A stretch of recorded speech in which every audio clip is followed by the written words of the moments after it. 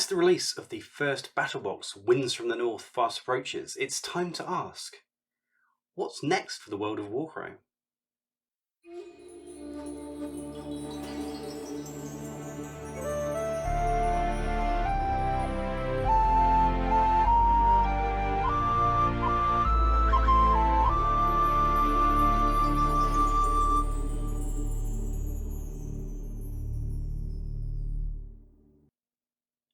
Welcome to Lindworm, the home of Warcrow the Wargame Travellers. My name is Hydra, and today we're taking a look at what we know about the next releases for Warcrow, the new fantasy wargame from Corvus Belli. Before we dive in, don't forget that we're giving away a copy of Winds from the North, the two-player battle box for Warcrow, along with a copy of the rulebook. To be in with the chance to win, simply comment on this video and any other video released between the 15th of July and 11:59 PM Central European Time on Friday the 4th of August. And for each comment, you'll be entered into the draw. We'll announce the winner within a week of the competition closing, then ship them their new game free of charge. Also, any of our Patreons or YouTube channel members who comment get 5 entries into the draw per comment. So if you really want to win that box, consider signing up as a channel member. It's less than €3 and really helps support the channel. To all of you who've entered so far, thanks so much and good luck.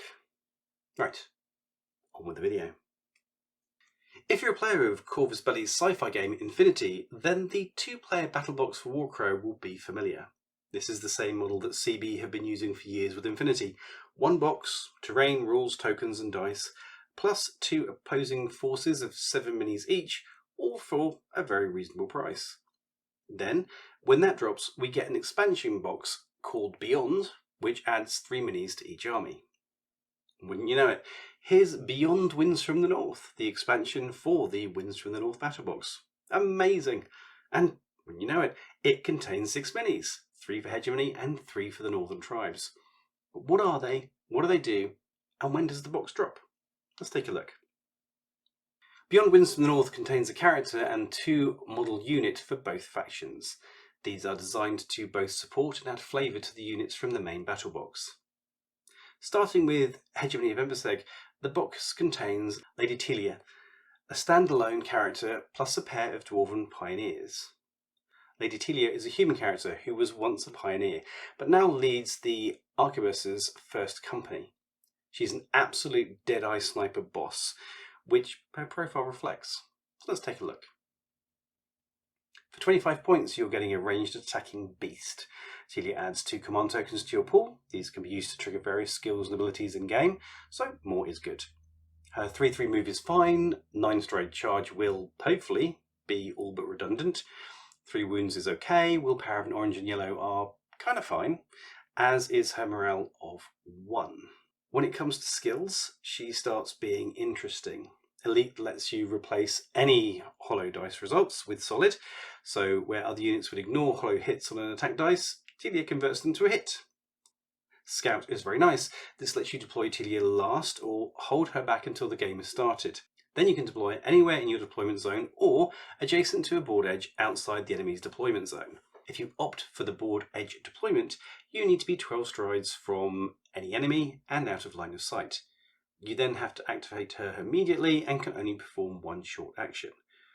Her ability to join Arquebuses or Pioneer units is okay, but to be honest, I doubt I'd do it outside of repositioning. She's just too potent on her own. Speaking of, let's see her output. Telia's ranged attack is a 15 stride, 1 red, 2 yellow with a built-in hit. You can stress for an extra yellow die. Switches let you either give your target frightened with 2 filled exclamations or cancel 2 successful blocks from your target with a hollow exclamation. Frightened means that the target must re-roll any successful willpower tests, so that's really not pleasant. But we're not done. Telia can use her headshot skill instead. This lets you do the ranged attack as above, but you can target a character inside of a unit. Any damage is applied directly to that character. So Alborg is running at you, hiding inside a unit of hunters for cover. Usually, he'd be the last unit to die, but Telia can just snipe him out of the middle. Yeah, that's nasty. Close combat is okay with 2 orange, so if you get in trouble up close, she can put some damage out. Defense is not awful with 2 blues and 1 black. Telia also has a conquest value of 1, so you could move her onto an objective and spend the rest of the game sniping enemies around the board while holding onto that objective. If you decide to add her to a unit, she gives them her willpower of an orange and yellow, adds a single hit to their range attack, and lets you spend a command token to re-roll the dice of your choice from a ranged attack roll. As I said, the only reason I think I would do this is to have her activate with another unit so that, in effect, 2 units can move in a single turn. Beyond that, her output as an individual is so much stronger when she's on her own, and her ability to snipe a character is just hideous. Keeping her in a unit long term takes that ability away and really cuts down on her damage output. So to be honest, once she's positioned, I'd probably take her out of any unit she was in. Telia is the queen assassin and a serious threat at range. Plus, did you see that mini? Next up, we have some friends for Telia, the Pioneers. These are the first dwarves in the game, and in this case, they are beardless Hence dwarves, outcast from the Mount Haven dwarves, and now part of the hegemony. 35 points gets you 2 of these chaps with only a 2-3 move and 8 stride charge. They really aren't so quick. Turns out little legs don't move fast. 3 wounds is very nice, as is 2 orange willpower and 2 morale on infantry. Also perfectly good. Interestingly, their willpower and morale are better than Telia's. Having a blue dice to dispel magic is a tasty surprise, and having the same scout skill as Telia, letting you deploy last or later and further onto the board, is very cool, and lets them go play with Telia if you see an opening or are playing a mission where that would be helpful. When it comes to skills, things get really fun. I'm only going to talk about the 2+ model stats, not the 1 stat that you use when you've taken a casualty, or I will be here all day. But at full strength, your Pioneers get a 10 stride ranged attack with a red, 2 orange and a yellow die. Oof.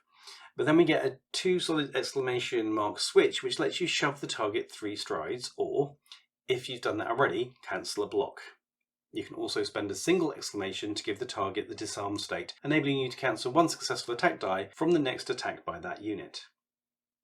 Close combat is 3 orange and yellow. Who knew that being hit upside the head with a pickaxe gun would hurt so much? Defense is a green and a black die, which is fine, and 1 conquest value is helpful too, especially if stood next to Telia. Then we hit the abilities and stuff gets real. Spending a command token lets you use Mortar, a 10 stride ranged attack that lets you target a non-engaged enemy out of line of sight. You then roll 1 red die per Pioneer in your unit, then 1 orange die per troop inside the target unit up to 3, including supports. So a full squad of Pioneers targeting a 4 troop Orc unit would throw 2 red and 3 orange, which is nastier than just straight up shooting them directly. Plus, if you inflict a wound, the target gets frightened, making them re-roll their next successful willpower test. Next, we have the Shoveler's ability. This lets you place a 6 stride wide marker on the table within 5 strides of your Pioneers. This is a trap. Any enemy who touches the marker during their activation gains the slowed state, so they can only use the first value of their movement per movement skill. They must also roll defense dice against a 2 red, 1 orange plus 1 built-in hit attack. They lose a wound per uncancelled hit, then the trap disappears. So, need to block up choke point, or need to stop a devastating charge. Here's exactly how you do it. Finally, we have Trench Yourselves, a passive skill. This gives the Pioneers an extra green die in defense if they're not activated that round, plus cancels effects for charging or engaging your Pioneers in combat. So that makes them quite durable and quite tough if you're saving them for later in the turn. Overall, these are tough guys who can put out some serious work, plus inject some serious board control, shoving units off objectives, laying traps. Hell, if you're feeling nasty, make a trap 1 turn, shove the enemy into it the next. Then the fun just never stops. Now we're on to the Northern Tribe's Varank reinforcements, and first up we have their character, Njord the Merciless. Njord is the Herzir of the Breniel Mar, and a bit of a nutter. He has exactly 0 chill and more buffs and abilities than is strictly healthy. 40 points gets you 2 command tokens, a 4-3 movement and 10 stride charge, 4 wounds, willpower of orange and yellow, and 3 morale. Skills sees the appearance of Berserker Rage. This lets you take a wound on Njord and in return add a single symbol to your roll, whether that's an attack, defense or willpower roll, which is exciting. Then he has Elite. Again, this lets you convert a hollow symbol to a full one, and the ability to join infantry or variant units could be pretty potent too. Now we get into the abilities. Get comfortable, this is going to take a while. His base attack is a pair of red, one orange and a yellow die. He can stress to add a built-in hit and a filled exclamation. Switches include 2 filled exclamations to cancel a successful block, or a hollow hit to inflict a wound. Essentially, even without Elite, Njord just converts his failed hits to hits. His defense is a green and 2 blues, but you can stress him to add a red and orange attack die into the pool, making him able to dish out a huge amount of damage even when defending. Njord has a conquest value of 1. His ability, Tattoo of the Blood Eagle, lets you roll 2 orange dice when you're about to suffer damage. For every success on that roll, you cancel a wound. You may do this once per round. Merciless is a passive ability which inflicts the frightened state on an enemy that Njord wounds. So, by attacking Njord, an enemy could take damage and become frightened, which is exciting. Njord also then reduces his stress by 1. His last passive ability is Totem of the Cave Lion. This gives Njord buffs as he takes more damage. When he has 1 wound on him, he gains Raging and Fearless. Raging adds a built-in hit when Njord charges someone. Fearless ignores both Intimidating and Frightened. Get him to 3 wounds and he has an extra red die to both attack and defense dice pools. You really just kind of want to leave him alone or one-shot him. Anything else is just a bad idea. As mentioned, he can join infantry or rank units. If he does, they gain his willpower, plus 1 to their morale. In attack, he adds an auto hit, plus can be stressed for a second. In a unit in defense, he adds a successful block, and can be stressed to add a red die to the defense pool. In a unit, he also brings 2 abilities with him. Merciless means that any enemy who is wounded by Njord and his unit, the frightened state. Hezir from Brynjelmar gives the whole unit Berserker Rage and the ability to reroll any die when charging. Berserker Rage is the one where he can take a wound and add a symbol to a roll.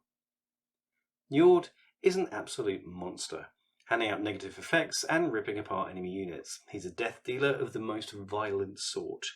But damaging back, you best have your brave pants on because he's just going to get angrier.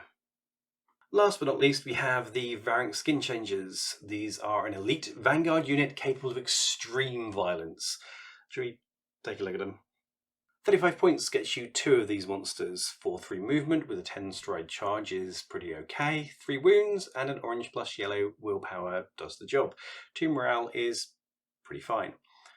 The fearless skill is nice as they can ignore intimidating and shrug off the frightened condition.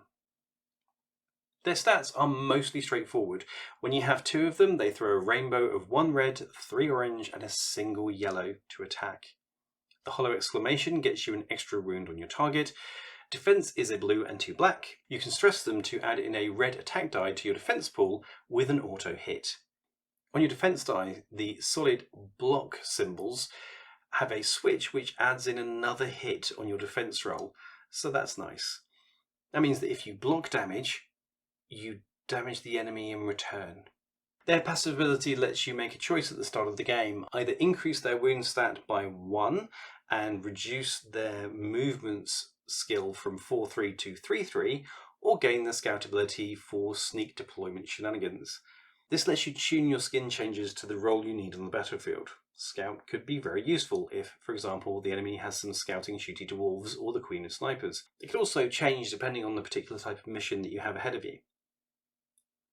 Skin changes have some seriously pretty minis, but I might just like their profile even more. Combined with Njord, you have 2 incredibly killy assault units. Get up close and just go crazy. Enemy troops in tight formation bound up together on an objective are the perfect target for these guys. Whatever you put in front of them, they'll happily chow down on, and it won't be on the table for long. The main wins from the North box contains 100 points of force, also known as a company, per side. With the wargame designed to run at 250 points as standard, the Beyond box pushes Hegemony to 160 points and Northern Tribes to 175 points. We're still not up to a full game size, but we're getting there. Of course, if you choose to get the pre-order bundle with Alwart, the Ice Bear, then this difference gets even bigger. If you replace Alborg from Winds from the North with Alwart as your required high command choice, i.e. the leader, then Northern Tribes is up to 185 points. Good news if you're Northern Tribes, but a tad rough if you're a hegemony player, at least from a points perspective. In-game, I think that the ranged focus of the hegemony reinforcements, plus their ability to move the Northern Tribes around the board, will offset this points difference to a great extent, so I'm not too concerned about balance at this point. But it's worth being aware of the fact that, as a hegemony player, picking up this box, you will have less points in total than your Northern Tribes opponent. Overall, Beyond Winds to the North is a worthy addition to the main battle box and contains some gorgeous minis with very different profiles than the main battle box. It really adds a different dynamic to gameplay, with Hegemony able to form a steel wall with their bucklermen as the pioneers rain fire on the approaching Northern Tribes. For Northern Tribes, the setup of the game where you place terrain on the board now becomes even more important. You need to deploy that with care so you can make your way into range of the Hegemony. When you get into range, you pull off that charge, the result will be devastating. You just need to survive that long. So when will we get Beyond Winds from the North? We understand that this will be part of the September releases, so available for pre-order then, arriving end of September, start of October. So will you be picking up, and if so, which is your favourite mini from the box and which is your favourite profile? Let us know in the comments to also be with a chance to win a copy of Winds from the North and the rulebook. Thanks as ever to our growing channel member and Patreon army. Your support is very much appreciated. Thanks to Joe Rogers for his continued support at fan level. If you join them now, you can get 5 entries into the competition to win the Battle Box and rulebook just by making a comment below. If you enjoyed this video, give us a like, subscribe, share, and hit the bell to keep up to date with the Dice Gods. Aren't we demanding? Thanks to you all for watching, and we will see you again soon.